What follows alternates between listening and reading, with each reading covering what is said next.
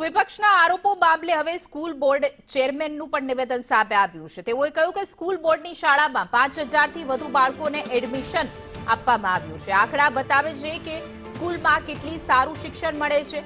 વિપક્ષના લોકો પાસે માહિતીનો અભાવ છે। તો ચેરમેને કહ્યું કે ઠક્કરનગર એમએલએના ધારાસભ્યના પૌત્રએ અભ્યાસ કર્યો છે।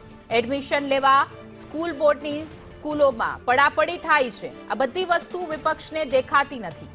વિપક્ષના આરોપ મામલે સ્કૂલ બોર્ડ ચેરમેનનું નિવેદન।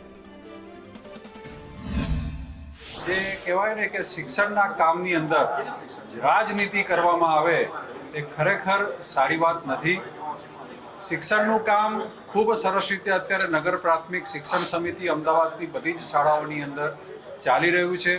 તેના જો આપણે આંકડાની વાત કરીએ તો છેલ્લા વર્ષે જ આ ચાલુ વર્ષે જે 2025નું જૂનનું જે એકેડેમિક યર એમાં 5000 જેટલા વિદ્યાર્થીઓ પ્રાઇવેટ સ્કૂલમાંથી અમદાવાદ મ્યુનિસિપલ કોર્પોરેશનની નગર પ્રાથમિક શિક્ષણ સમિતિ અમદાવાદની શાળામાં એડમિશન લીધું છે। આ જ આંકડા બતાવે છે કે અત્યારે અમદાવાદ મ્યુનિસિપલ કોર્પોરેશનની અંદર કેટલી સરસ રીતે વ્યવસ્થા